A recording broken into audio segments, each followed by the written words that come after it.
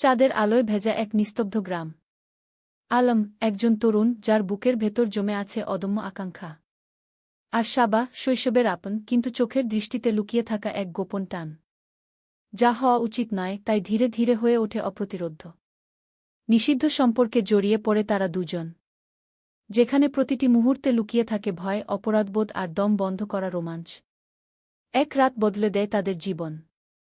চোখে চোখ, নিঃশ্বাসে নিঃশ্বাস, আর চাঁদের আলোয় ভেজা এক গোপন প্রতিশ্রুতি। আজ রাতে আমাকে ছাড়িস না গি।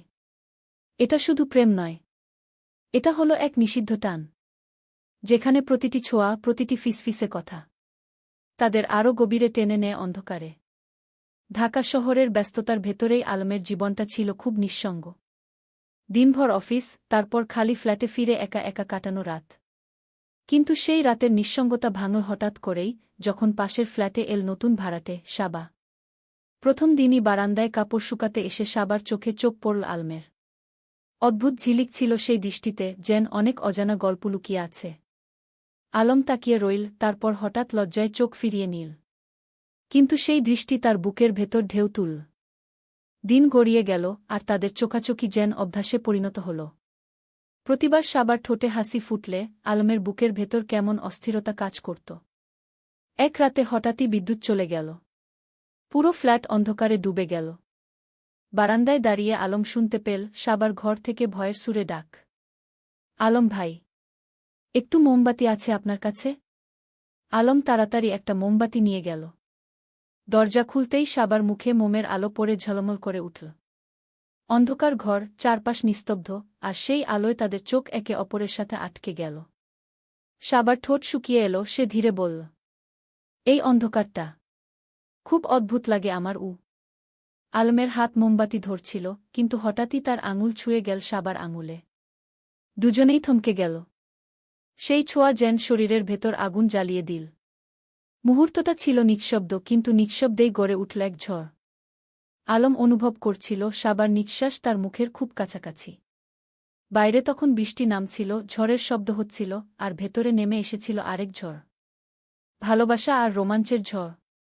তারা দুজনেই জানত এই সম্পর্কের পথ সহজ নয়। কিন্তু সেই অন্ধকার ঘরে মোমের ক্ষীণ আলোয় তারা বুঝতে পারল, কিছু অনুভূতি আটকানো যায় না।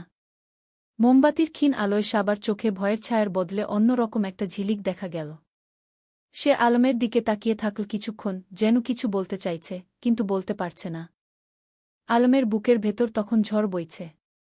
সে বুঝতে পারছিল এই মুহূর্তে একটা সীমারেখা আছে, যেটা পার হয়ে গেলে আর ফেরার উপায় থাকবে না। কিন্তু সাবার চোখের গভীরতা যেন টেনে নিচ্ছিল তাকে। সাবা আস্তে বলল, আপনার সাথে থাকলে ভয়টা কমে যায়। কথা শেষ করতে না করতেই তার কণ্ঠ কেঁপে উঠল। আলম মোমবাতি টেবিলে রেখে ধীরে ধীরে এগিয়ে এল। দুজনের মাঝে দূরত্ব খুব সামান্যই ছিল। হঠাৎই বাইরে এক প্রচণ্ড বজ্রপাত হল, পুরো ঘরটা সাদা আলোয় ভেসে উঠল এক মুহূর্তের জন্য। সেই আলোয় দুজনের মুখ আরও কাছে এল। সাবার ঠোঁট শুকনো, কিন্তু কাঁপছিল সামান্য। আলমের শ্বাস গরম হয়ে পড়েছিল। এক মুহূর্তের দ্বিধার পর সে সাবার হাতটা নিজের হাতে নিয়ে নিল। সাবা আতকে উঠলেও হাত ছাড়াল না, বরং তার চোখ বন্ধ হয়ে এল ধীরে ধীরে। মনে হচ্ছিল অন্ধকার ঘরে বাইরের ঝড়ের সাথে সাথে তাদের ভেতরেও আরেকটা ঝড় জন্ম নিচ্ছে। মোমবাতির আলো কাঁপছিল, আর সেই আলোয় দুজনের ছায়া মিশে যাচ্ছিল একে অপরের সাথে। হঠাৎ সাবা ফিসফিস করে বলল, আমরা কি ঠিক করছি আলম? আলম তার চুলের গন্ধে ডুবে গিয়ে উত্তর দিল, ভালোবাসা কখনো ভুল হয় না, হয় শুধু অস্বীকার। সেই কথার সাথে সাথে সাবা তার বুকের কাছে আরও এগিয়ে এল। বাইরে বৃষ্টি তখন জানালায় আছড়ে পড়ছিল, কিন্তু ভেতরে তাদের নিঃশ্বাস একসাথে মিশে যাচ্ছিল উত্তপ্ত আবেগে। বৃষ্টির শব্দ যেন এক অদ্ভুত সুর বাজাচ্ছিল, আর সেই সুরে সাবা আর আলমের শরীরের ভেতর জমে থাকা উত্তেজনা আরও বাড়ছিল।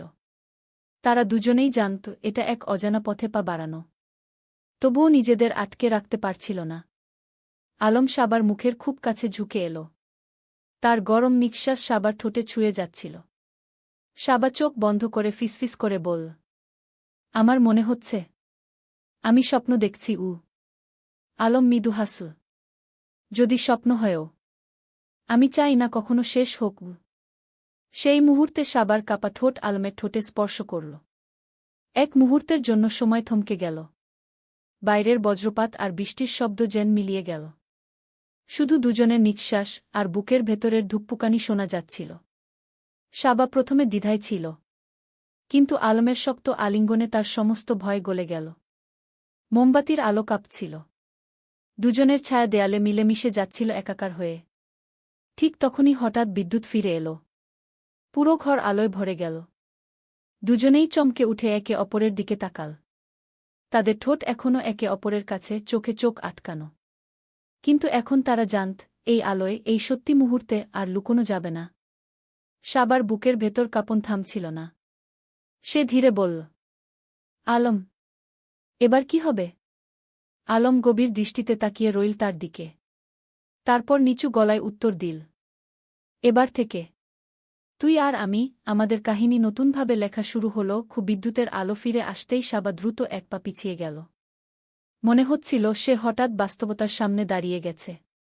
তার ঠোঁট কাঁপছিল, চোখে ভয়, আবার সেই ভয়ে এক অদ্ভুত টান লুকানো ছিল। আলম তাকিয়ে রইল তার দিকে। চোখে ভরা দ্বিধা, কিন্তু বুকের ভেতরে ঢেউ খেলে যাচ্ছিল। সে ধীরে বলল, সাবা, যদি এটা লুকিয়ে রাখতে হয়, তবুও আমি পিছিয়ে আসব না গি। সাবা ঠোঁট কামড়ে নিচু গলায় বলল, কিন্তু আলম, আমি তো জানি না আমাদের ভবিষ্যৎ কোথায় যাবে। এভাবে যদি কেউ দেখে ফেলে, এই সমাজ কি মেনে নেবে? আলম এগিয়ে এসে তার হাত শক্ত করে ধরল। সমাজকে ভুলে যা। তুই শুধু বল, তুই কি আমায় চাই? সাবার চোখ ভিজে উঠল। সে কিছুক্ষণ চুপ করে থেকে খুব আস্তে মাথা নেড়ে দিল। চাই উ। এই একটা শব্দেই আলমের ভেতর আগুন জ্বলে উঠল। সে সাবাকে বুকের কাছে টেনে নিল, আর তাদের ঠোঁট আবার মিলল এক অস্থির, দীর্ঘ চুম্বনে। বাইরের ঝড় থেমে গিয়েছিল, কিন্তু ঘরের ভেতর তখনও ঝড় বইছিল। মিনিটগুলো কেটে যাচ্ছিল, অথচ সময় যেন থেমে গিয়েছিল। তাদের হাত, তাদের দৃষ্টি, সবকিছু একে অপরের সাথে মিশে যাচ্ছিল। কিন্তু হঠাৎই দরজায় টকটক শব্দ হল। সাবা আতকে উঠে আলমের বুক থেকে সরে গেল। বাইরে একজনের গলা ভেসে এল, সাবা, দরজা খোলা রাখছিস কেন? সাবার বুক ধক করে উঠল। এটা তার এক আত্মীয়ের গলা, যে মাঝে মাঝে রাতেও খোঁজ নিতে আসে। সে ফিসফিস করে বলল, আলম, এখন যদি কেউ তোকে দেখে ফেলে, সব শেষ গ। আলম তীক্ষ্ণ দৃষ্টিতে তার দিকে তাকাল। তাহলে আমাকে লুকাতে হবে। কিন্তু সাবা, মনে রাখিস, এই রাতের শুরুটা আর কখনো মুছে ফেলা যাবে না। গি দরজার শব্দ আরও জোরে হল। সাবা, শুনতে পাচ্ছিস না? সাবার বুক কাঁপছিল ভয়ে। আলম তখনও ঘরের ভেতর দাঁড়িয়ে, তার চোখে আগুন আর অস্থিরতা। সাবা তাড়াতাড়ি ফিসফিস করে বলল, ওরা যদি এখন তোকে দেখে ফেলে, আমি শেষ হয়ে যাব। তুই ওগ। আলম গভীর শ্বাস নিয়ে জানালার দিকে তাকাল। পিছনের বারান্দা দিয়ে বের হব। কিন্তু সাবাগু। সে থেমে গিয়ে সাবার চোখে চোখ রাখল। এই রাতের যা হল, সেটা ভুলে যাস না আগে। সাবার ঠোঁট কেঁপে উঠল। সে আলমের হাত শক্ত করে ধরল এক মুহূর্তের জন্য। চোখে ভয়, আবার সেই ভয়ের ভেতরেও এক অদ্ভুত আকর্ষণ। আমি কখনো ভুলব না গি। আলম দ্রুত জানালা দিয়ে বের হয়ে গেল। মুহূর্তের মধ্যেই দরজা খুলল সাবা। বাইরে দাঁড়িয়ে ছিল তার খালাতো ভাই, হাতে একটা টর্চ। আরে, এত দেরি করলি কেন? বিদ্যুৎ গেল বলে চিন্তা হচ্ছিল উ। সাবা জোর করে হেসে বলল, আসলে মোমবাতি খুঁজছিলাম ঘ। ভাই কিছু না বলে ভেতরে ঢুকল, চারপাশে একবার তাকাল। তার দৃষ্টি একটু সন্দেহজনক লাগল সাবার কাছে। কিন্তু সে কিছু জিজ্ঞেস করল না। রাত গভীর হল। আলম নিজের ফ্ল্যাটে ফিরে জানালার পাশে বসেছিল।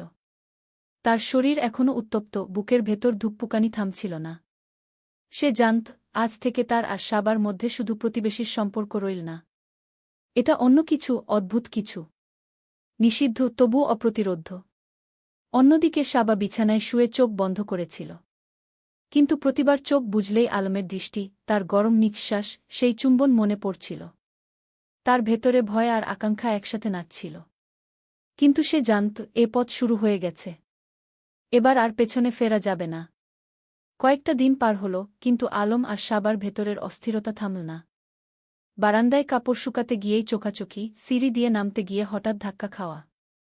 প্রতিটি মুহূর্তে যেন একটা অদৃশ্য আগুন জ্বলছিল তাদের মাঝে। সাবা বারবার চোখ ফিরিয়ে নিত, কিন্তু তার বুকের ভেতর ধকধক শব্দ থামছিল না।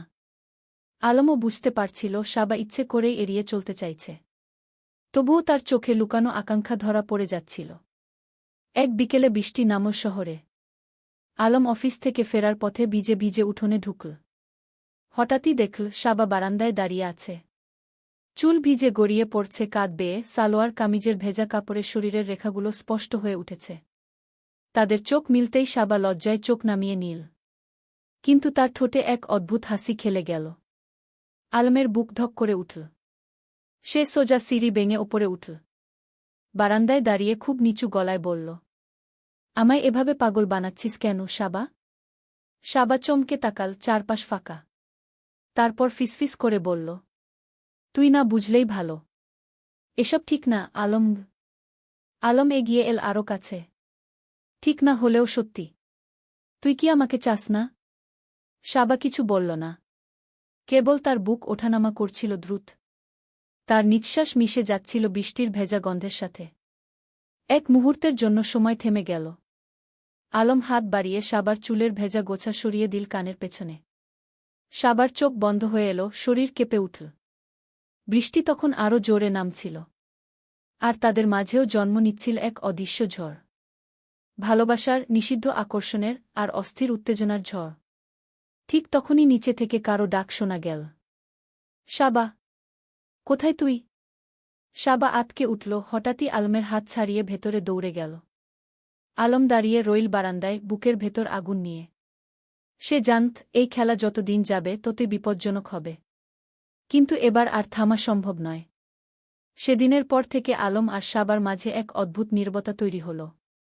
কথা কম হচ্ছিল, চোখাচোখি হলে দুজনেই হঠাৎ অন্যদিকে তাকিয়ে যেত। কিন্তু ভেতরে ভেতরে দুজনেরই আকাঙ্ক্ষা বাড়ছিল আগুনের মতো। এক রাতে বাড়ির সবাই ঘুমিয়ে পড়েছে। আলম বারান্দায় দাঁড়িয়েছিল, চাঁদের আলোয় ভেজা উঠোনে অদ্ভুত নীরবতা। হঠাৎই সাবার ঘরের জানালায় হালকা শব্দ হল। আলম তাকিয়ে দেখল সাবা দাঁড়িয়ে আছে, জানালার পর্দা সামান্য সরিয়ে। তাদের চোখ আটকে গেল কয়েক সেকেন্ডের জন্য। তারপর সাবা খুব ধীরে ইশারা করল ভেতরে আসতে। আলমের বুক কেঁপে উঠল। চুপিসারে সিঁড়ি বেয়ে উপরে উঠল, তারপর সাবার দরজা ঠেলে ঢুকল। ঘর অন্ধকার, শুধু জানালা দিয়ে চাঁদের আলো এসে পড়েছে বিছানায়। সাবা দাঁড়িয়ে ছিল দেয়ালের পাশে, হাত কাঁপছিল হালকা। সে ফিসফিস করে বলল, আলম, এটা ভুল হচ্ছে গি। আলম এগিয়ে গিয়ে খুব কাছে দাঁড়াল। তার কণ্ঠ ভারী হয়ে উঠল, ভুল হলেও আমি আর পারছি না গি। এক মুহূর্তে নিঃশ্বাসগুলো মিশে গেল। সাবার চোখ ভিজে উঠল, কিন্তু সে আর দূরে সরে গেল না। বরং নিজেই আলমের দিকে ঝুঁকে পড়ল। হঠাৎ বাইরে থেকে কুকুরের ডাকে দুজনেই চমকে উঠল। কিন্তু ভেতরের উত্তেজনা তখন এমন জায়গায় পৌঁছে গেছে যে থামানো আর সম্ভব নয়। আলম সাবার হাত ধরে বিছানার ধারে বসাল। তারপর মুখের খুব কাছে এনে বলল, আজ যদি থামাই তবে আর কোনোদিন থামাতে পারব না গি।